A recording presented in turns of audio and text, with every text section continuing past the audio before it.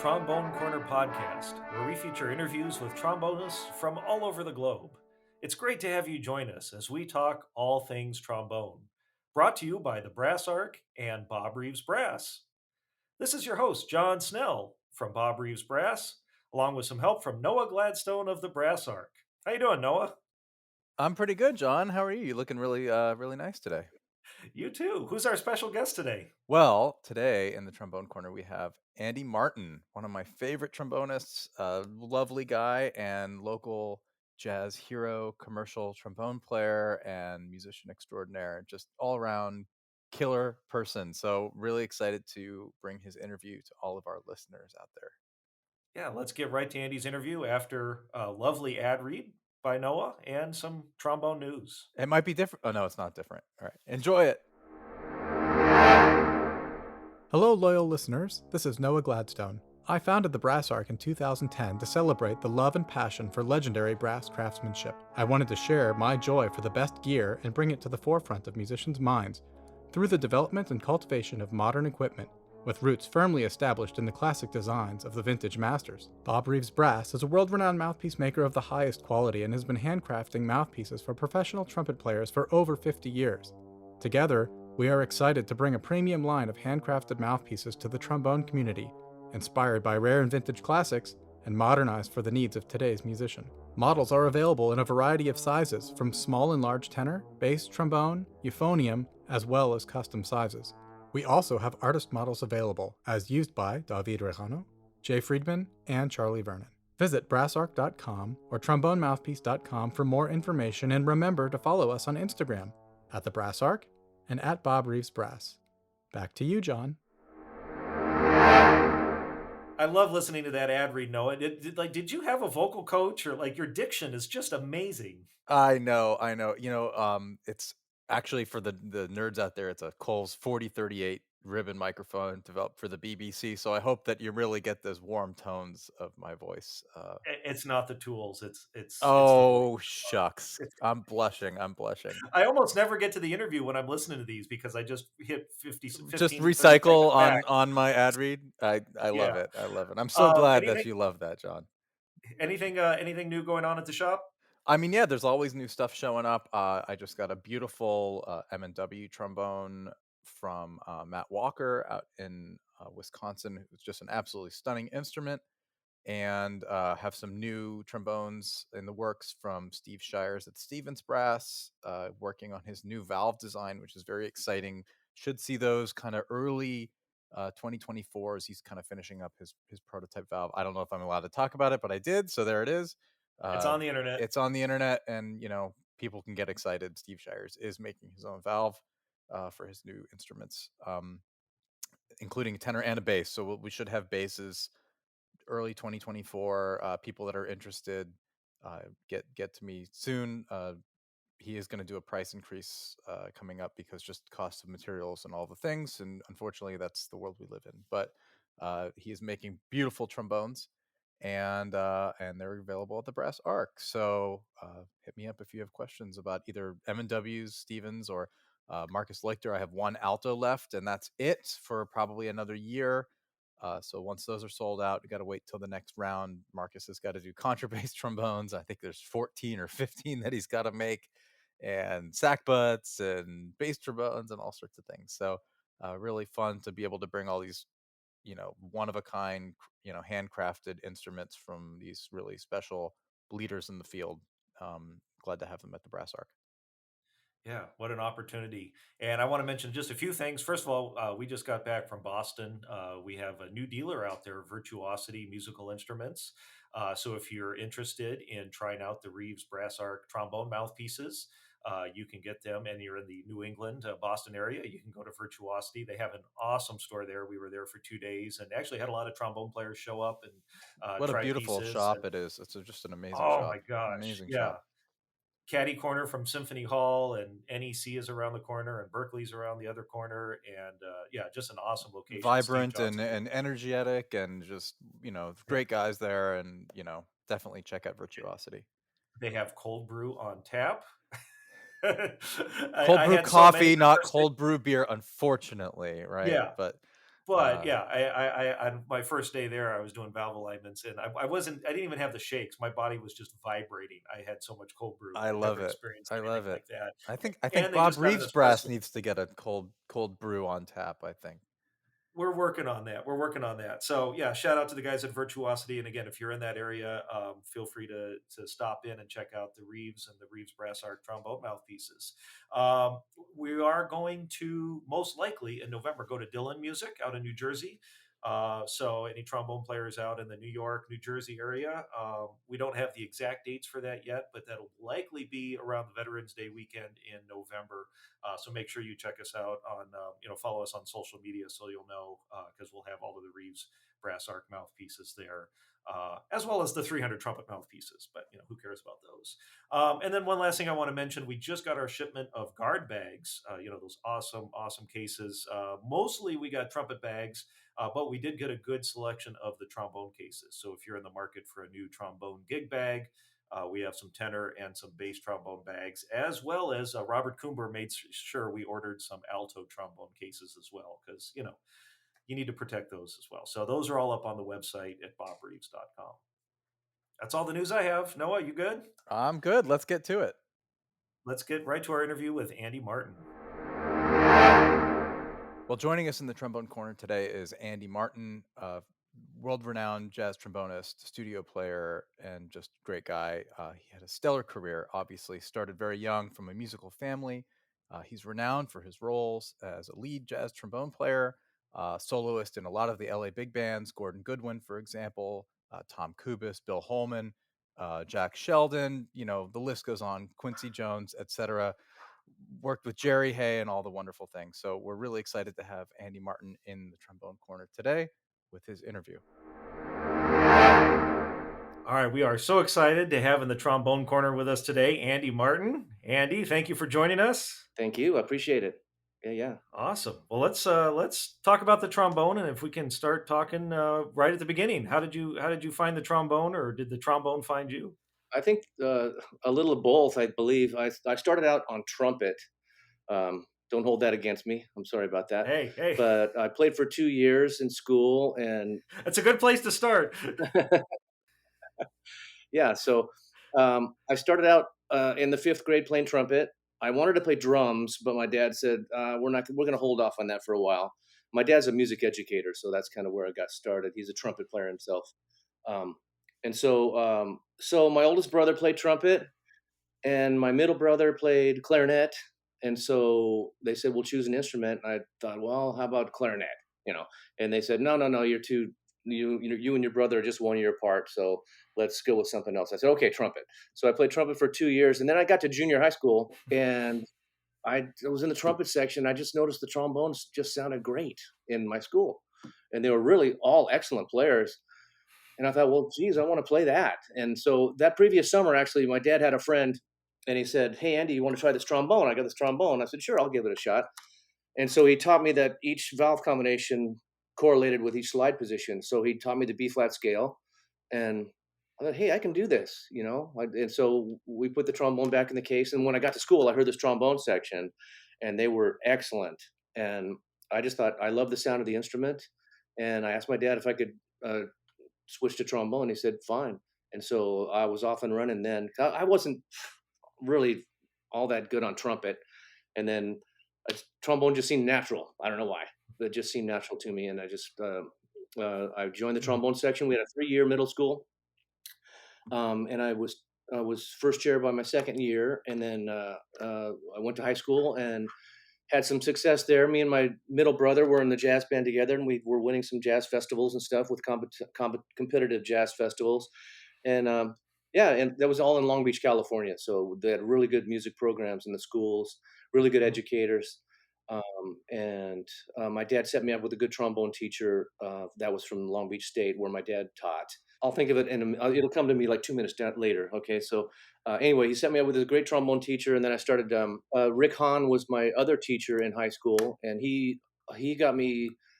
I was already listening to J.J. Johnson and Carl Fontana.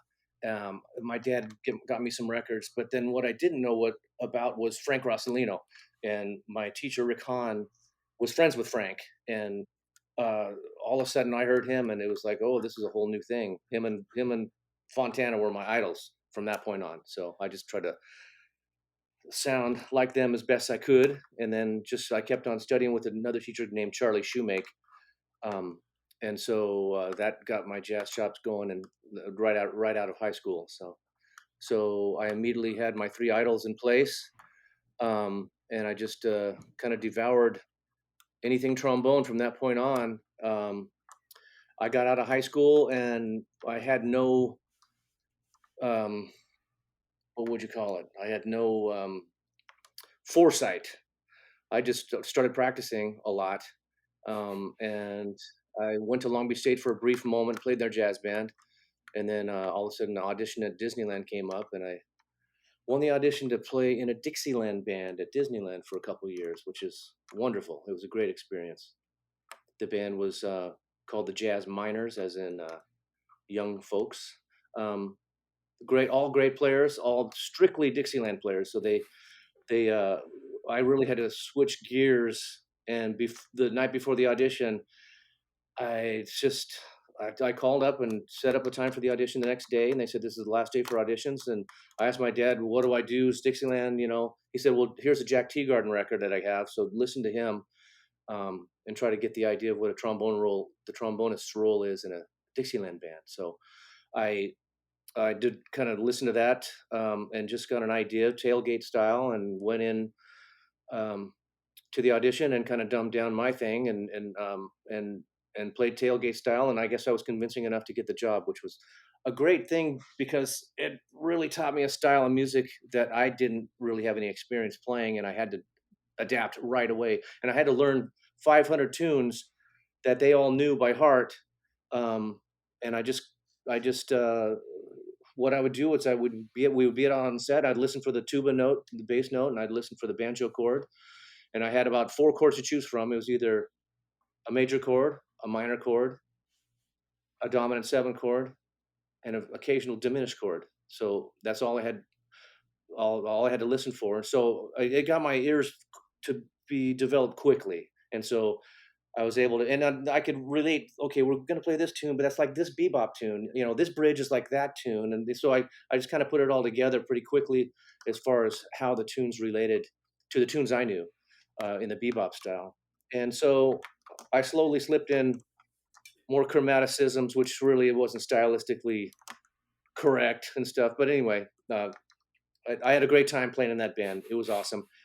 And then I got called for a 3-week tour with Lou Rawls. If any of you guys have heard of Lou Rawls, you're probably too young to hear of this guy. He's a blues pop singer, kind of a jazz singer guy. No, we listen to Lou all the time. Yeah. Oh, cool. Yeah. Yeah. You'll never find. Of course, I can't sing that low, but um, so I did a 3-week tour with him, a USO tour. So we went to Japan and the Philippines, Korea. Went to the demilitarized zone, and I went in the room between North and South Korea where you could actually cross the border into the North because you were in this one room. It was kind of interesting. That's going off the beaten path here, but I toured with him, and I quit my job at Disneyland. I had no idea I could just take a leave of absence and stay on the job. I was so young and stupid. So I quit the job and then did this tour, and then I came back to nothing. You know, like, okay, the big blank schedule. I didn't really have any visions of what I should be doing, going to school, doing this, doing that. I just kept on taking lessons from my teachers and practicing and getting an occasional job, just enough to pay the rent, um, just enough to squeak by. And I was living in a house with 4 bedrooms with my oldest brother and 2 other musicians. And so just try to make ends meet. And then when I was 22, here's a funny story. We all know who Jerry Hay is, right? Yep. World-class musician, just the best ears in the business, and just Oh yeah. I get this message. You know, this is back in the day. This is 1983 when I'm 22 years old, and so this is when there's no cell phones, no pagers. All you do is you have your house phone with an answer machine. So I get home one day and my roommate's written, "Andy, Jerry Hay called, 310 blah blah blah blah blah." And I thought, oh, he's just messing with me. So I didn't even return the call. And when my roommate got home that night, I go, "Hey, what are you doing messing with me like that?" And he says, "What are you talking about?" I said, "Well, I saw the phone message." And he says, "Well, the guy said he was Jerry Hay." So I said, "Oh, I better call him back really fast." So I called Jerry, and then he says, "I have this tour with Paul Anka." And back then it paid pretty good, for 1983, it was 1,200 a week. Um, and he says, "I have this tour if you want to join the tour." Paul's forming a new band, and the charts have been written by Michel Colombier and Jerry, and the band was fantastic. And so I said, "Oh, yes, of course." So I went on the road for a year with Paul, and that was a learning experience. It was great. It was great to travel, see some sights, play some good music with great musicians. Um, and so, and I was by far the youngest guy in the band, even though the other guys were only in their late 20s. I was in my early 20s. And that was just a great experience. I learned how to fend for myself because there were some interesting things that came along the way with Mr. Anka. So he was a piece of work. He was great. Yeah, we've heard some stories. The guys get shirts. Yeah. You guys get shirts. Andy, if we could, I would talk a little bit about your inspirations. You talk about Carl Fontana and listening to Tea Garden and things like that. How much of your education was you just sitting in the room and transcribing or playing along with records versus what you got from your private instructors? I got a lot of all of that, John. Those playing along with the Abersold records all the Mhm. time, listening a lot. Back then it was an interesting time because we didn't have a lot of distractions. In those days in the '80s, we didn't have a lot of distractions like video games weren't really a thing yet. They were you kind of played Pac-Man and some Galaga and some other things on the where you had to go to the store to play those games. Um, but so I didn't get distracted by video games or social media or just other stuff. So we'd buy an LP and we'd all sit around because we were all musicians in the house where I lived. So we'd go to Tower Records and buy some LPs, right? And so we'd put them on and just sit there and listen to them. And then whatever really knocked us out, we'd listen to it again, or maybe listen to the record twice all the way through, and then move on to the next record. So we were just listening, and I was practicing and playing in as many situations as I could, jam sessions, just involving myself in any rehearsal I possibly could be. Of course, this is when the Musicians Union was a thing, and I started making rehearsals when I was 18 at the Musicians Union in Hollywood, just subbing for guys that were busy. And so I made myself available. Also making any brass quintet rehearsal or any orchestral situations I can get myself in, just to get experience, really, and just to play and be around musicians and have a good time. Really was my thought. I didn't really have any foresight into my future. I was just thinking, oh, I'm just having fun playing the trombone. And so that just became a thing where an opportunity would fall in my lap, and then so I would, really sitting at the union next to working musicians was really a great thing. It was just like, okay, I'm sitting next to Charlie Loper. My gosh, what's he making a rehearsal at the union for? This guy's like a monster. And so I would just soak up everything Charlie was doing. I would just try to match him in every way. And luckily, I was kind of shy back then, so I never spoke up. I never said the wrong thing because I never said anything. And so basically, I was just learning through observation and through playing with my peers and trying to blend and try to play in tune and in time and do all those things. And plus, I was already a strong improviser, so a lot of times the solo would be thrown my way, and people seemed to like the way I played. So that led to a lot of opportunities as well because it didn't seem to be a whole lot of improvisers, in my opinion, that were really strong. And so if somebody needed a strong improviser, I was usually the go-to guy. And by getting those opportunities, I could prove myself as a good section player by sitting, second or third or fourth at the time. And then finally I was thrust into the first chair later on. Through different leaders that I was playing for. They just said, "Andy, I want you to play first." And I'm going, "I'm too scared to play first." But so just being a good section player after improvising was really getting my foot in the door in a lot of different situations, a lot of opportunities. And so when people got busy, um, you know, they would say, "Oh, I heard this kid at the union. He seems to play good. Let's get him in this situation." So basically, the music business in Hollywood, your career is based on the recommendation of the other players. And so if you can't get along with people, you're going to suffer. If you can't play well, you're going to suffer. And if you have both going for you and you show up on time, I think things seem to work out. And that was my credo. I'd show up on time. I was nice to everybody, and I tried to play as best I could, and it all seemed to work out. And I had nothing else to go on. I didn't call contractors. I didn't call leaders. I didn't. You're still nice to everybody, Andy. Oh, thank you. No, I appreciate that. Um, and I just tried to take care of business. Do you remember your first sessions that you did? Like, what was your first projects that you were playing in the studios? Do you remember your first movie, your first TV session, or what was that like? Yeah, the first sessions I started doing were basically pop horn sections for R&B acts. My oldest brother, Stan, was working with a group called Side Effect, and the other group he worked with was the LA Boppers, which he was actually a member of that group. But the two groups were combined. And so when they would have horn section dates on the records, luckily I was involved with my two brothers and other guys too. Steve Madeo, um, um, John Irvin was another trombone player that was ahead of me on those groups, and so he was on some of the sessions early on. And so those were the first actual recording sessions I did that were union dates that were awesome. And so I did a lot of those with the Gap Band, with the Brothers Johnson, a bunch of other R&B groups. And then so my first TV calls were through. I played with the group Les Brown and the Band of Renown, and it was a 40s dance band, and that was a good experience for me too, because I didn't really know how to play slide vibrato, and so I would just listen to Jack Redmond, the lead trombone player, and I would just try to match him on these trombone solos. We had these 3 trombone solos where Jack would have the melody and I'd have a harmony part, and Stumpy Brown was a bass trombonist, and he would have the other harmony part, and we stand up and play these trombone solos, and I would just try to match Jack with how fast he was using his slide vibrato. Anyway, so we did the first TV days I did was the Bob Hope television specials that he had, because Les Brown's band was Bob Hope's band, kind of, and so they did all the USO tours back in the day too, with the Vietnam War and stuff like that. But we were doing the Bob Hope TV specials, and so those were my first TV dates.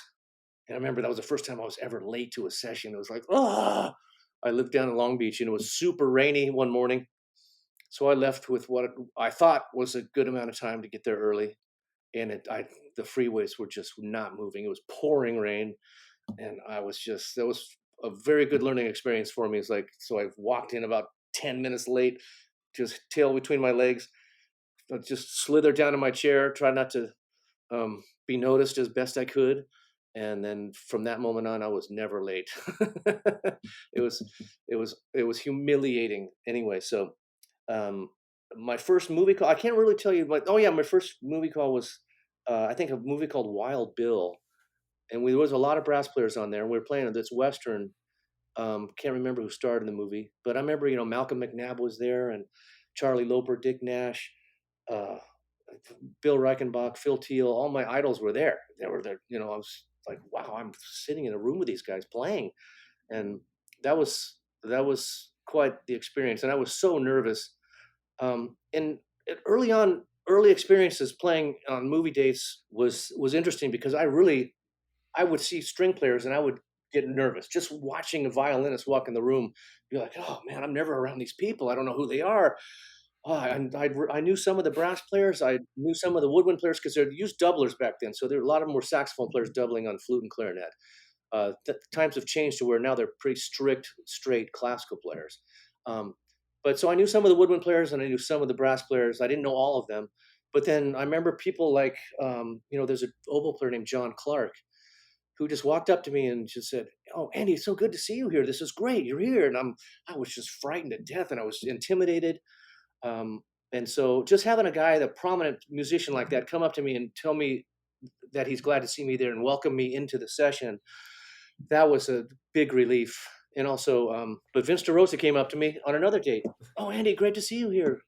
I'm thinking, this is Vince DeRosa telling me he's glad to see me. Like, I don't even know this guy, So when things like that happen, it kind of made me a little more at ease. And then when we get going on the date, I realized, okay, I can do this. I can play, I can do it. And then I would become more at ease. But it's intimidating when you get some guy looking at you in your chair like who's this guy? Who's this kid? And that's not a good feeling. So, uh, and that also makes me more nervous. It's a hard situation coming into the studios like that. It is. Yeah. It's true. It's tough, I think, for a lot of younger players coming into the studio, it's a very stressful situation. You never know what you're gonna see if you haven't done it before with the clicks flying at you and time is money, the red light's on. It's super intimidating, and it's fun to hear you talk about you being intimidated because I think of you as, like, such a established studio musician, but we all start somewhere, and I think that's it's really nice to see that everyone goes through that at some point. Oh, Even Reichenbach was talking about that stuff when we had him on the podcast, and his first sessions too. So oh wow. we all start somewhere, and I think that's a great thing to hear.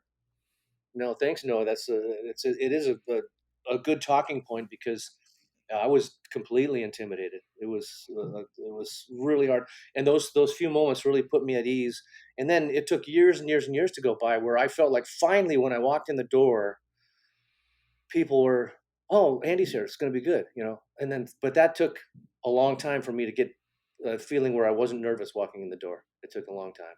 And oh yeah, so I make it a point. Actually, I try to make it a point to give younger players that same feeling that I got from the players that encouraged me.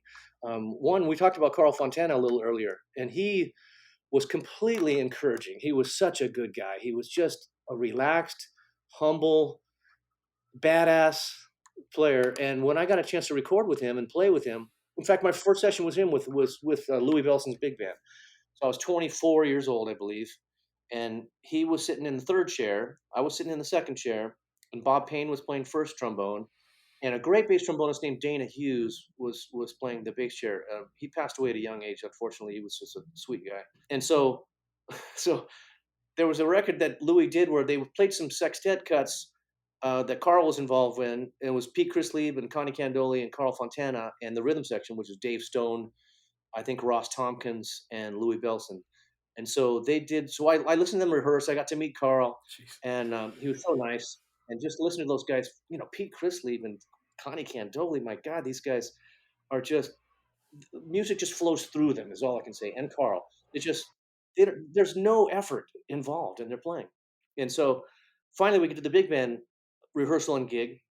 We get to the first tune we're recording, and so Carl has all the solos, of course, in his book. So the first tune Carl has a solo on, he goes, "Hey, why don't the kid and I trade on this one?" And I almost crap my pants. I swear, I'm going, no, no, no, no, no, no, no. Just Carl, you play it. No, I'm not gonna. No, no, no, no. He said, "No, yeah, yeah, you got it. All it is this. Here's the changes. You play on this part, I'll play on this part. You play on this. We'll just trade here." So I survived that without having a heart attack, and then that was my first experience with Carl. He was just a giving musician. It's just one of those guys. And so when I came across other players like that, to this day, I try to help out other younger players not be nervous or intimidated. I just try to, shake their hand, say, "Hey, what's going on? How you doing? So good to see you. This is great, man. We're gonna have fun." And so, just to make everybody relaxed, I try to do the same things those older players did for me when I was young. So, those are a few of the examples of that. And Charlie Loper was always a beautiful guy. Um, Bill Reichenbach was intimidating just because he's quiet. It's not because he has an attitude or anything, but and he's still to this day. I show up to a date, I see Bill, and he kind of half waves at me, and I'm like, does he like me? Does he not like me? Is he mad at me? So he still to this day, he's intimidating just because he's so damn good. He's just, I love sitting next to him. It's great because it's like, oh, if I'm with Bill, I'm golden. It's great. I'll just match Bill, whatever he's doing, and everything. We're great. So, but his quietness is intimidating, not his personality. And Andy, correct me if I'm wrong. You've done sessions with Bill for Jerry Hay, right? Where you guys do the horn section stuff.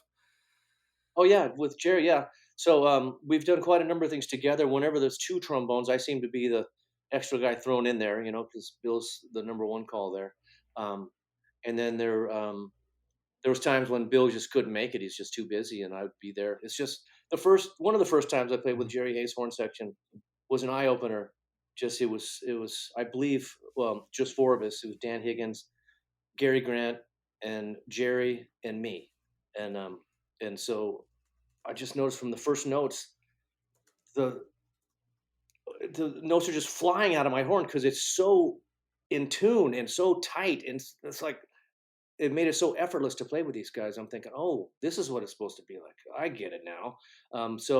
And then to be able to play with Bill on Jerry's dates is great because we seem to lock in good together, and it's just there's nobody better than Bill. Really, he's one of a kind. And there's one time I think I worked in the morning with them on a movie call. In the afternoon, we had a record date at Capitol, and I didn't know who the leader was, and it was just two trombones.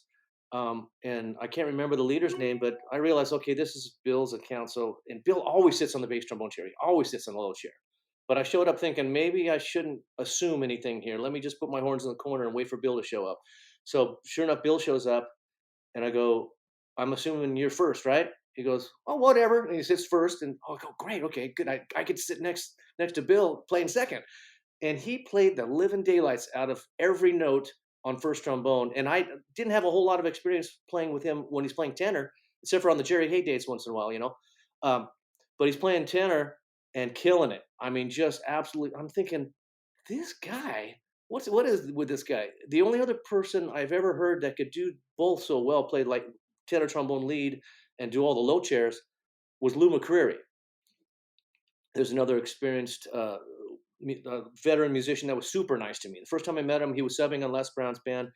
He was sitting first and playing all these high Tommy Dorsey solos. And I was just going, wow, who is this guy? I mean, I've heard his name. I've seen his name on a million records, but this guy is unbelievable. And then about 2 weeks later, I'm on a session with him, and he's playing bass trombone, and I'm listening to him warm up. And I'm thinking, who on earth is this bass trombone player? He's just going, and the pedal register just as clear as can be, playing as fast as you can possibly play down there. And I'm thinking, I couldn't, on my best day, I could never play anything close to that. And so Lou was a great example for doublers, like how good you can be on both those instruments, bass trombone and tenor trombone. He could play with the best lead players, and he could play with the best low players. And Bill Reichenbach's the same way. And Bill plays wonderful tuba. I don't think Lou played tuba, but Bill plays fantastic tuba and contra and all the low instruments and all the, you know, I hear he can pick up a trumpet and sound like a great trumpet player. So I've heard a story of Chuck Finley and him being on a horn date, and they traded instruments. Chuck played trombone, Bill played trumpet, and they said there was no difference in quality. So it was like, wow, We asked Bill about that in his podcast, and it's true. wow. That's crazy. I've only heard stories. I haven't seen it happen or heard it happen, but yeah, I've only heard the story. So Andy, you know, your upbringing was, it sounds like primarily, you know, you were focused on jazz and improvising and things like that. I mean, were there any things you had to do with your playing to round out like the classical side or the, you know, your reading? Because now you're going into TV and live TV or film dates and you're having to read, whereas, you know, before you were more of an improviser, or were you working on that all along? I was working on that all along, pretty much. I took lessons from Roy Main. Um, Probably I started when I was 18, I believe. And so I was studying from two different teachers, Charlie Shoemaker and Roy Main. So I was studying improv every 2 weeks with Charlie. I was studying trombone every week with Roy. And then I started on bass trombone with Roy as well. Um, so I really started to hone in. But I did need to get some classical experience to fit in. And so I just started taking lessons, and I took a lesson with Ralph Sauer and trying to get my classical thing rounded out because you know, I was observing who the working trombonists were, and they were players that could play tenor and bass, and players that could play with a classical sound. And I always felt that I had a pretty good sound, but I could round it out a little bit, you know. And so I did, and that worked to my benefit. I just when I got the opportunities, I didn't fail, which is the key thing. It's just it's it's tough. It's tough to accomplish. That's all I can say about that. It's tough to do. It's easy to fail. It's tough to not fail. But I didn't get my opportunities too soon. Luckily, they came at me at a time when I was actually ready for it because I'd been on the road a bit. You know, not only with Paul Anka. I did another 4 years with Paul Anka later. I did some traveling with Les Brown's band, and I did 2 years with Poncho Sanchez. So I learned some Latin styles. Latin jazz and salsa styles, and I was listening to that all the time as well. And I was listening to classical music all the time to try to just interpret it and get it right when I had the opportunity to sit in a section. So I feel I adapted well, but I was always working on something as far as my playing went. It was always about sound with me. I was always working on my sound, working on my sound. My technique was already pretty good naturally because I was transcribing saxophone and trumpet solos, and so I felt that that just translated to me having some technique that um, I wouldn't have normally had I not just stumbled upon it by trying to play a John Coltrane solo or a Clifford Brown or whatever Freddie Hubbard solo, and so I just gained some technique that I didn't wouldn't have normally had, and so I was always trying to just work on my sound, just play long tones and adapt and in a classical situation. So that's why I was so nervous walking into an orchestral situation, because I saw string players and I was not being used to being around them. I didn't go to college and play in the orchestra. I played in the orchestra in high school, but that's another thing. um, just that was my first experiences really being around good string players, and I noticed that their attitudes were different than the brass players and the woodwind players. It's a different world. That's all I can say. And also, and you've had a number of albums too that you've been leader on. First of all, working so much, what made you decide to hop out there and do your own project? And then, like, talk us through the process. Like, where do you get the inspiration for your next album? And the work behind putting all that together while you're working full time as a as a freelance musician. Yeah, doing a record's a daunting experience because of that time schedule. Try to get arrangements, try to get a concept, try to get all that stuff together while you're working every day. Um, the reason I did it in the first place, because I felt that that was my calling card. I didn't enter the business to try to be a studio player. I just entered the business just trying to play good music with good players. I just thought, and my strength was improvising. So I tried to. I was at a jazz club. It was called Carmelo's. It was early '80s. I was playing with a group called Dick Burke and the Jazz Adoption Agency. I know it's an awful name for a band, but the drummer was the leader named Dick Burke, and he had a bunch of young players, and we're all about 20 years old, 19, 20, 21, right in there.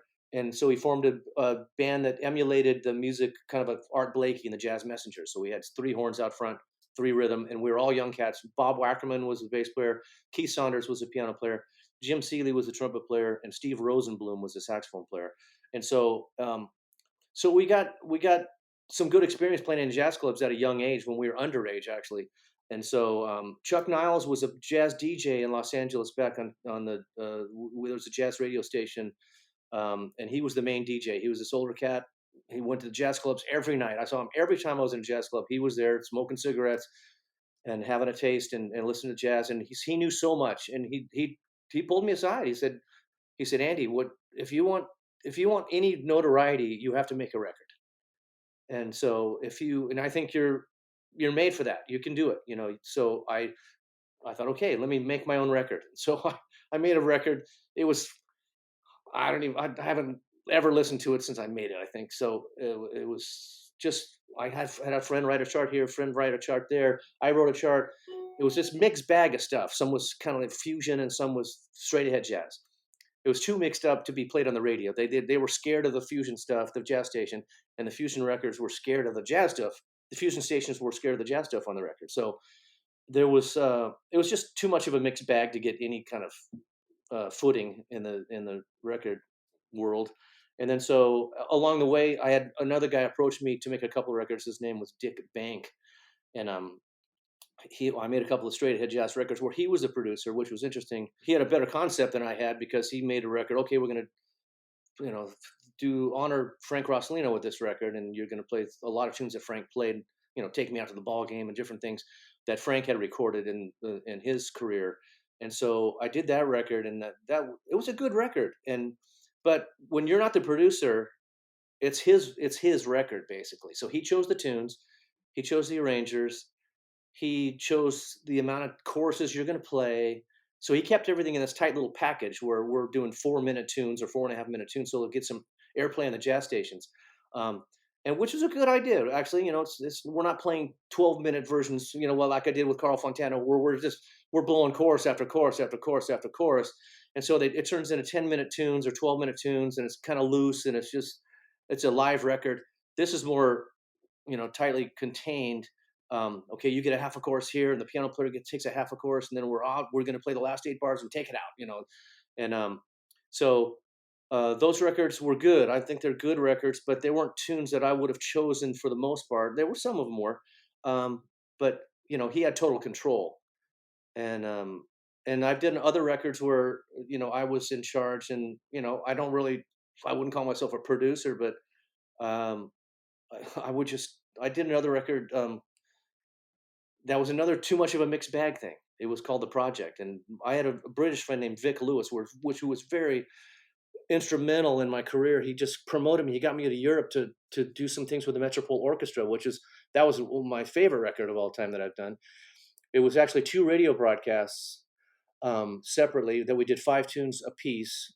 So the first time they called, Vic had gotten me the opportunity, and so the Metropole called me and said, "Hey, we want to do a radio broadcast with you. And when we want want to do 5 tunes with the orchestra, with you out front." And so, what tunes do you want to play? So I kind of chose 5 tunes, and they said yes to 4 of them. And they said, "Oh, we've recorded this one already too many times, so let's do something else here." And so, how about this tune? So we settled on the 5 tunes. We settled on the arrangers, which is Rob Pronk, who was conducting the orchestra, who's a fantastic arranger and composer. And then there's some tunes by my friend Bill Liston, a couple tunes, and then also Bill Holman, I think, wrote a tune or two, an arrangement or two on the record. And so I did these 2 radio broadcasts, and a German label called me and said, "Hey, I know you have these 2 recordings with the Metropole. We want to put this out as a record." So they actually paid me to do nothing to put out my record with the Metropole, which is kind of awesome. That's unheard of these days. So I got to be paid to go over to do the radio broadcast. I was nervous as could be, but we recorded it live. There was no overdubs, which is saying something. But we did it, and then so the German label Mons Records, Thilo Berg was the head of that label, and he put it out as a record. And so I think it's a good record. I came across Chris Walden, who said, "Oh, that's one of my favorite records," and some other people. Bobby Shew did one with the Metropole, and Bill Perkins, and a lot of musicians have done records. Claudio Roditi. And that was just such a great honor for me to have, on my mantle. It's like, oh yeah, I did this record and with the Metropole Orchestra, and a big thrill in my career. That is a fun album. We listen to it a lot at the shop. it's in heavy rotation here. Oh, thank you. Appreciate that. With Lou Rawls, Tobacco Road, speaking of which, to take it back to earlier in our conversation. Yeah. So Andy, I do want to spend some time talking about some of the modern big bands that you play with, because I mean, you've kind of crossed generations with the big bands you played when you were first on the scene, but the last several years, with like Tom Kubis and Gordon Goodwin and the Big Fat Band. I mean, there's they've brought, to me, it seems like they've brought big band to the forefront again, where you start hearing every college and high school band playing those charts, which is wonderful. So would you mind taking some time, like kind of taking us into those sessions, or what it's like working for Kubis or for Gordon Goodwin, and also, I mean, those just the cream of the crop in terms of who they have in those bands. So it must be fun. Oh yeah, that was those bands are awesome. And also in my younger days, I played not Tom Coombs's band started very early, because I took classes at Mhm. Golden West College basically to play in the big band and be around Tom, and then Tom formed a big band from being down there in Golden West College in Huntington Beach, where he taught. So, and that's actually, you brought up sight reading a little earlier. I'll go to the side for a second and come back to your question. But sight reading, I always felt I was okay sight reader, pretty good, And then all of a sudden, I was making this band had a Monday night gig in Orange County. It was called the Orange County Rhythm Machine, and I lived in Long Beach, which was about a 5-minute drive from where they played in Seal Beach. And so it was interesting because I would just sit by my phone every Monday afternoon, and one of the trombonists would bail every week, and it was either Alan Kaplan or Rick Culver, or another, drawing a blank on the other name, Kurt Berg. was the 3 tenor trombone players, along with Bob Sanders and Rich Bullock on bass trombone. So um, I would sit by my phone and I would get a call. Somebody would miss. Okay, Rick will, hey, Andy, can you make the gig tonight? I said, yeah, I can make it. Heck yeah. So I would go make the gig, and I'd sit there next to Alan Kaplan for 2 or 3 sets a night. And I realized that I was making a lot more mistakes than Alan was. I'm thinking, how can this guy sight read everything so perfectly? And it's hand copied charts, and I was fumbling, and I was missing DS signs and missing the 6-time repeat, and I would go on after 2 times, and it was just making dumb mistakes. I thought, okay, and then after playing with him once or twice, I thought, I got to get my stuff together here. I gotta be better than this. So I made it a point when I showed up, I would go, okay, I'm not going to look at anybody. We're in a bar situation, so it's people to look at, and a an active atmosphere around you. But I tried not to get distracted. So they would call up the chart, get up number 245. So I'd get up. The leader's name was Bob Cassins, and I would get up the chart, and I would look. First thing I would do, look at the intro, look at the key signature. Then I look throughout the chart, see if there's any changes in key signatures, or if there's any DS signs, if there's any coda sign. What's happening in this chart? Any repeats that I need to know about? Anything with a lot of any phrases with a lot of accidentals in them. So I would just psych it out for the 30 or 40 seconds that I had between numbers, and hopefully the leader would talk a little bit. And then so I would just look at the intro, make sure I had the intro in my brain, and then look for any trouble spots. And then when he counted off the tune, I was confident that I played the intro correctly, and I'd be like, okay, I got this. And that made me a good sight reader, sitting next to Alan Kaplan, because he was flawless sight reading. I mean, just literally flawless. And I was in awe, and I was kind of humbled by his flawlessness on the sight reading. So that got me to be a good sight reader. Anyway, the Tom Coops band formed right after that. I was also playing in bands like the Juggernaut Big Band, Bill Berry's Big Band. And those were cool bands to be experienced for me as a young player in my young 20s, because the Juggernaut was a bassy band. We played all the bassy material. So I kind of got the feel for all that music. And then Bill Berry's LA Big Band was all Ellington stuff. And so that was a completely different thing. It was real loose. Bill was a real relaxed leader, and just, if anybody showed, it was kind of like the Ellington experience. If somebody showed up late, they just sat in their chair and they started playing. Once, they just joined the band as we went. Anyway, so I was playing in those bands as well as all the rehearsal bands of the Union, Steve Spiegel's band, all these bands. And so getting to that experience, I was very comfortable playing in a big band because I just did it so much. And so Tom Kubas eventually said, hey, I want you to play first. And that's when I started to go from playing third on every band, playing all the solos, and I played first. And then, so then I got the experience playing first thanks to Tom Kubas. And then in other bands, along the way, I played in a lot of bands, all the dance bands like Les Brown and groups like that. And I was subbing in some other bands. Ray Anthony's band, I did a couple recordings with him, and a lot of gigs, live gigs. And then that's when I ran across Lloyd Oliate. I played with some live gigs with him, and that was interesting. He was already losing his hearing pretty badly, but so his playing was hit or miss later on in his career. But when he would hit for like 5-10 minutes at a time, and I'd go, oh, that's what it is. Okay, this big, glorious sound, beautiful, centered, fabulous tone. And I'd be going, oh, that's what this is. Because I played a bit with Dick Nash, and so I knew what it was all about. And there is the Lloyd Oliate, and he was fantastic. And what a sweet guy to be around. He told the funniest stories and was the nicest guy. And so I played on Ray Anthony's band with him. So this experience is all led up. And then finally, we got to about 1999 or so. I think Gordon decided to make a record, Gordon Goodwin. And so we make this record. It was not a band yet. It was just studio musicians playing a record. So the trombone section was me, Steve Holtman, Alex Isles, and Bill Reichenbach. So we did this record. Jerry Hay and Gary Grant were in the trumpet section, along with Wayne and Dennis Farias, and there was probably another trumpet player or two mixed in, depending on the session. Greg Bissonette played most of the drums. He was fantastic. Jim Cox did some of the piano. Gordon did a lot of the piano. And then I think Dave Stone might have done some of the bass work, and Kenny Wild possibly. Yeah, I can't remember who was on the first record totally on bass, but a great band. You know, Dan Higgins on lead alto, and just some of the same members that are in the band still were in the saxophone section. But just a great band. So we'd recorded this material. You know, Gordon writes right on the edge of playability sometimes, and it was a challenge to play. It was challenging, and it came off great. We'd made this great record, and all of a sudden, people start calling Gordon and say, "Hey, we want to book your band for our jazz festival. We want to book your band for our high school festival." And blah.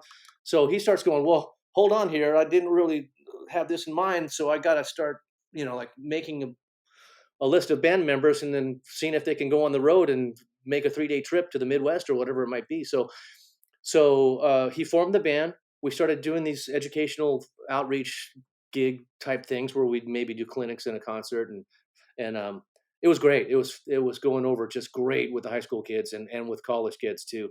It was just really exciting, fantastic experience. I felt we were really making a difference, as far as people getting into this style of music, because we played all styles. We didn't just play swing music. It was okay. We play a swing chart here. We play a Latin chart there. We play a funk chart here. We mix it all in. And so it's just exposing younger players to what could be done, I think. And Gordon's writing was is just killing. I mean, it's just I don't know how to describe it. It's just fantastic. And he also slips in some of the cartoonish stuff he was working on at the time at Warner Brothers. And so um, we're we're just mixing it all up, and the band is still going strong. In fact, I just got an email yesterday with a bunch of gigs for the next 12 months or so. Um, so we might go to Australia next year. We're doing a bunch of gigs in the country here, some in town, some out of town. So the band's still going strong, and it's a fantastic experience. And Tom Kubis has his monthly gig at the club down in Long Beach, and so that's still going strong. And Tom's been very instrumental in me doing some outreach things with educational things at colleges and high schools. He just gives me chart after chart. He goes, "Andy, what kind of standards do you like to play on your jazz gigs?" And I just told him, "Well, I like this tune, that tune. I used to play this. I like that. Blah blah blah blah blah." And the next day in my email box, he's got like 3 charts for me. The next day after that, he's got 3 more charts for me, written for a big band, tunes that I play usually on my small group gigs, whatever. And so I can use those on clinics and concerts. And so he's just been so generous with his talents and his time and his it's just Tom's just unbelievable. He's just great. I just love him. And anyway, so those are the 2 big bands I'm still part of. I was in Bill Holman's band for a good 15, 17 years or something like that, and that was a great experience. I loved Bill's band. We went to Europe about, I think, 3 or 4 times when I was in the band, which was fantastic. Did some, North Sea Jazz Festival and some different things over there, and really incredible experiences. And so sometime, Noah, I'll have to tell you some Kenny Schroyer stories on those road trips. I can't really tell them here. Oh, Yeah, that'll be fun to. I know probably not for the podcast, but maybe sounds when I good. see you in person. Uh, did you do any of the Goodwin Incredible sessions for the movies, for the Pixar movies? I actually didn't. The composer of Michael Giacchino, and so he had his trombone section do all that stuff, which I mean, they're great. You know who they are. Dick Nash was in the section at the time. I Mm. think it was Alex Isles, Yeah, of course. and I believe Dick Nash, Alex Isles, and I think Alan Kaplan, I think, was on that. But yeah, Gordon couldn't get all of his guys on. But Right. But you did do the Soul. Yeah, you did do the Soul Pixar movie, and I know you have a big improv solo in the beginning of that yeah, I just most recently. And can you tell us about that? Because I know it was a bit of a challenge because you had to be on screen as a young trombonist and trying to figure out how to do that yeah, was is a fun it story. as you know, Noah, it's interesting being thrown into a situation you have no idea what you're doing. And certain, you get called for a date and you just show up and you don't know what it is. This is one of those dates. We were at the studio. Oh, dang it, on Sunset Sound. Yeah, Sunset Sound. So it was a big band date, and it was just the horns of a big band. So there's 4 trombones and 4 trumpets and 5 saxes. and we were supposed to sound like a middle school band. And so we were playing ba ba doo ba dee ba ba ba ba. So things ain't what they used to be. And so we're supposed to sound like a middle school band playing this, and that's because they had used a middle school band, I think somewhere in Northern California, and they didn't get quite the right thing that they wanted, of course. So they hired some professionals to sound like not so good. That's what they call me. No, uh, so we played, and we were having fun with it, just playing kind of sloppy, um, and and and everybody's laughing and having a good time. So they finally got what they wanted after about a few takes, and so then they let everybody else go, and they said, Andy, we need you to stay to play a solo or two. And so I go, okay. Well, it was all news to me. I didn't know what movie it was. I didn't know if it was animated or whatever. I just knew it was a motion picture call. And so I stayed after school. Everybody else had gone. And then I noticed these two cameramen with these elaborate cameras coming in the room, and one was on my left side and one was on my right side, and they were filming every move I made. And so I was being instructed from the booth, and the only people in the studio were me and these two cameramen. I'm kind of going, what is going on here? I still didn't know what was happening. So they would go, oh, Andy, this is a middle school trombonist who's playing a solo on this tune. It's a young girl, and she is good, but she's a middle school player. So you have to play, not poorly, not high. Don't go in the upper register like a middle school player wouldn't do, but stay in this register. And okay, that's a good take. Let's try this other thing and play here. Here's the chord changes. And so I was just kind of winging it as I went. But they were filming my every move. So whatever they used on the film, I don't know if you noticed, but the animators made the trombone slide positions perfectly.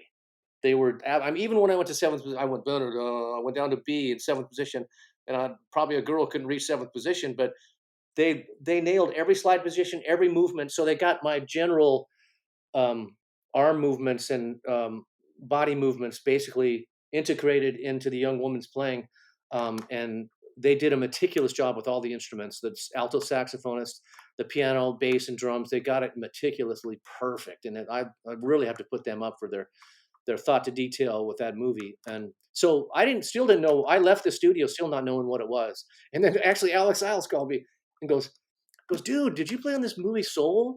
I go, I don't know. He goes, I could swear it's you. I could swear it's you. And he goes, I'll send you a link to this trombone solo. I go, okay. And so he sends me the link, and I go, oh yeah, that's me.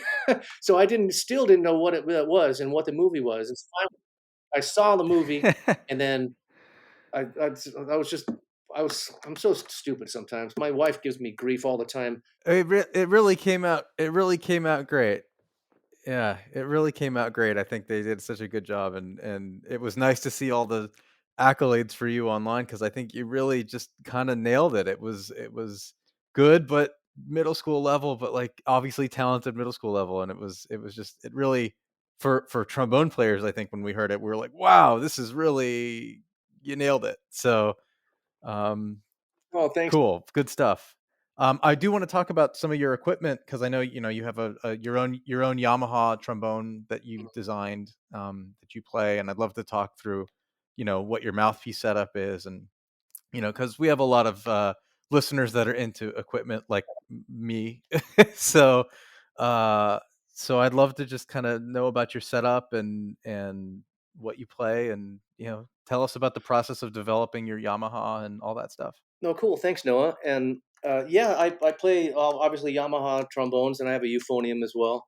And so I play a 508 bore most of the time is my commercial horn. It's the 508 bore Yamaha, which is the 891Z. That's a horn I helped design along with Wycliffe Gordon for Yamaha.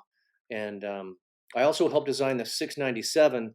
I don't play that as often. I think I have one sitting over there on the far side with the yellow towel on it. That's the 697.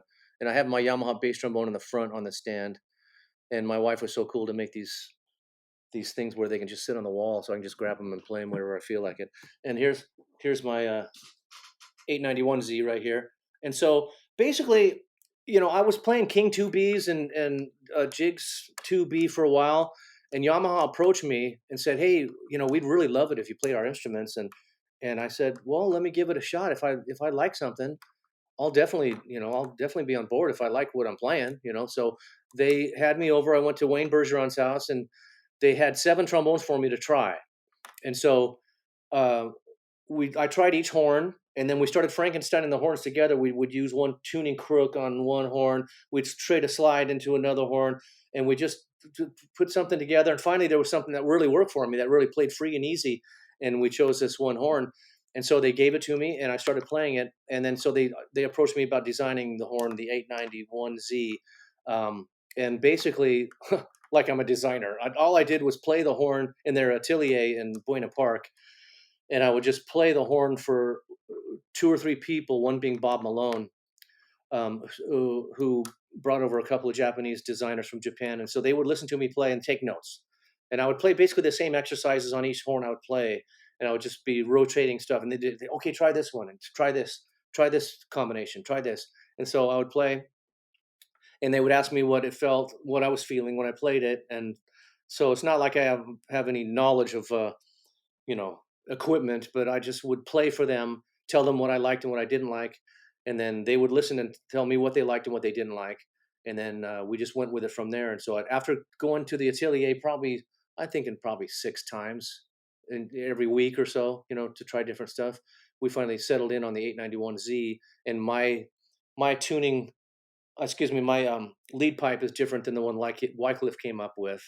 And so there's one version with his lead pipe, and I guess there's one version with my lead pipe, or there's interchangeable lead pipes. Mine just has it; it's just in there for good. It's not interchangeable. It's just the prototype that they gave me. So anyway, so that's my equipment. And also, I play Peter Sullivan um, uh, 542 bore horn over there with his mouthpiece. Actually, it's a great horn. I was playing a Con 8H, and then as soon as I got this horn, and I'm sitting next to Alex Isles on a movie call, he said, "Oh yeah, that horn, that's the horn right there." So I played that horn, and I switched to Peter's mouthpiece too. I was playing just a typical 5G or something on the Con trombone, and then so I switched to Peter's mouthpiece with my Yamaha, because he's endorsed by Yamaha as well, and that seemed to be just the perfect marriage of mouthpiece and horn. So that became my classical horn immediately, and I just love the horn. And then Yamaha also supplied me with a trigger horn because, as you know, Noah, they were kind of cracking down on playing bass trombone, get below an E, which whatever. They don't. People didn't want to pay a double for playing low note in the bass trombone register. Um, so, so I have. I am familiar. I am familiar with the doubling situations. On Yeah, it's funny. So I do have that trigger horn. I have just another. My original bass trombone over there is a Dave Taylor Getson. It plays really well too. So, but I rarely use that. I always have my Yamaha bass trombone, um, which I love. So that's my equipment. fun. Thank you. Right. I have a few last short questions. Oh, I have one more equipment thing. Oh, okay. Yeah, that always takes precedent. Yeah. So I have to. This is a Canstel CL 45, and you know I've always idolized Charlie Loper just by sitting next to him so often, and just being in awe of his playing level, really. And I feel sorry for the generation younger than me that never got a chance to sit next to him and just experience what it's like to be really the ultimate lead trombone player, Charlie Loper. Just impeccable sound, just a sound quality was. So I always wanted to sound like Charlie. So I just tried to do everything he did and sound like him. And this mouthpiece is his mouthpiece, his design for Kenstel. So that's why I play that. I changed from 11C to that mouthpiece because it was a little bigger. I felt it warmed up my sound a bit. And it was more difficult to play because it's harder to play in the high register because it's a little bigger than that 11C. But I adapted, and I just left my 11C at home so I wouldn't go back to it when I panicked in the studio. So I would just leave my Canstel CL45 in, and all was good. Okay, moving on. Sorry. Awesome. Important to get that in. So a couple quick questions, Andy. First of all, I mean, we've interviewed a number of players here in LA so far, and it seems like Roy Main tends to be a common thread amongst them. And it seems like everyone has a Roy Main story. do you have a Roy Main story from either one of your lessons or playing with him? I have a story from a lesson. Yeah. So Roy was a tough cookie. I mean, he was a excellent trombone player, of course, and a great teacher, just a fantastic teacher. And studying with him every week was interesting because if you played something, I would come in prepared. I would come in prepared, and I would just practice his lessons meticulously and thoroughly. So I'd come in. So anytime I played something to his satisfaction, he wouldn't compliment. He would just turn the page. Okay, play this, and that would be your sign that you nailed it. But it wasn't a sign that you nailed it to me. It was like, God, did he like that or did he not like it? What's going on here? So finally, after weeks and weeks and a year or 2 years of this, he goes, and this is, I just lost my patience, and I'd have to apologize to Roy and everybody for this, but he said, okay, yeah, that wasn't right. That, it's supposed to sound like this. And so he picks up his horn and he plays the thing I was supposed to play correctly. He goes, did you notice the difference? And I said, yeah, I played it in tune and you didn't play it in tune. And so I was so frustrated with never getting a compliment, never, Oh, ever getting a compliment. I had to just say, hey, no, I played that good and you didn't. And so it was the wrong thing to do. This is just the wrong move to make. Anyway, but that was my one story that makes me look like a dick. And he was really a great teacher. And so, uh, but we, interesting thing about, we all have those yeah, moments. I would play 1 week on tenor trombone with him, and my next lesson would be on bass trombone. He'd go, okay, play this on bass, play this etude on bass, play this for next week, and he'd mark a little check next to the etude or some exercise that he'd write out by hand and do this next week. And so then I come in next week as prepared as I possibly could be, and so then he'd give me a tenor trombone lesson, so it's back and forth each week on different horns. So it was a great experience, and I was always scared to go from tenor to bass on a gig. Just, it took me a while to get over that mentally. It's just a mental block because, the mouthpiece is different size. It's going to, finally, when I just put it in my brain, you just blowing into a piece of plumbing and it doesn't matter what size the mouthpiece is. Just play as good as you can play. You're just playing into a mouthpiece. It doesn't matter. And once I got that in my mind, I finally was able to double well. And playing a lot of Broadway shows where I'm having to pick up a horn, right, one after another, after another, after another. That was a good experience too, just to get thrown into the fire and play bass trombone. In fact, the contractor for the theater I was working at, the Pantages, his name is Brian Miller, and he calls me about 6 weeks in advance and says, hey, 6 months in advance, I should say. He goes, hey, we got a show coming in. It's Phantom of the Opera, and it's all bass trombone. Are you up for this? And so I said, yeah, I think I can do that. So I practice and practice and practice on bass, never seemingly getting any better. I don't know why. It's just like, but then I was thrown into the fire, and now I'm sitting in the pit next to John Lewis and Wayne Bergeron and great woodwind players and great French horn players. And so, and I'm supposed to sound like a classical bass trombone player on this show. And luckily that was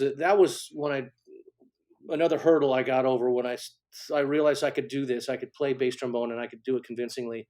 And then so that helped me in the doubling situations in the studio as well, just playing bass. But I noticed when I just played bass in that show, my tenor trombone high chop started going. So I'd have to go home and practice tenor and practice high all the time to get them back.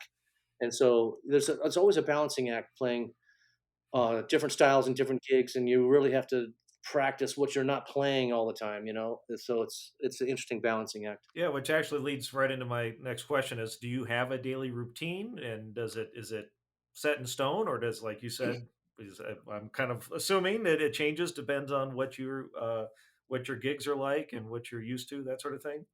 Yeah, I used to do a daily routine all the time that was pretty much the same, and now I'm mixing it up. Just my chops are changing, and I'm just trying to recover from some. I don't know if they're bad habits that I started doing or what happened, but I'm trying to just recover some of my chops, just get them back. So I do this one routine all the time. Basically, um, it's a different routine that I used to do all the time. So uh, just you know what, I'm taking more vacations now, and I'm kind of kicking back a little more now these days. But I just got back from Mexico night before last. A vacation with my wife, and all month of July, my wife and I took off, and we did a road trip throughout the United States and visited some baseball stadiums and some cities, and just doing that. And I didn't even bring my horn, so I didn't play for a month. So that was a eye opener. And I realized when I come back, I'm just going, okay, my chops they remember, pretty much once you come back, you just have to work a little bit on endurance. You get it back quickly. So it's a, it's all a balancing act. That's all I can say. Great advice. Great advice. Noah, any last words? Andy, it's just been such a pleasure to have you in the trombone corner. I mean, you're a legend, and it's always tickles me when I get to interview some of my heroes, since I'm a bit younger than you all. But and hearing you talk about the people that influenced you, and then getting to interview people that influenced me, so it's really wonderful to just have you here in the corner and talk about all this stuff. And we'll have to get you back sometime. But John, you want to take us out? It's been a great episode. Thanks so much for enlightening us Thank you, Noah. and our Thank you. listeners. Yeah, absolutely. So, Andy, before we let you go, if we can ask you one last question. If you could leave our listeners with your best piece of advice, and it could be about anything, life, trombone playing, baseball, whatever your best piece of advice is that you think you could leave us with, go for it. Well, the best overall advice I could possibly give is just the golden rule: do unto others as you would have them do unto you. And so you can treat everybody with respect and dignity. And my three rules of the music business are: number one, show up on time, and that's showing up early. As a brass player, that's showing up very early, and being prepared is part of showing up on time. Rule number two is get along with everybody. Just make everybody your friend. Uh, just make everybody feel at ease, and that's rule number two. So show up on time, get along with everybody. Number three is just play your butt off. Just play. Make yourself as best as a musician as you can possibly make yourself, and that would be just versatile.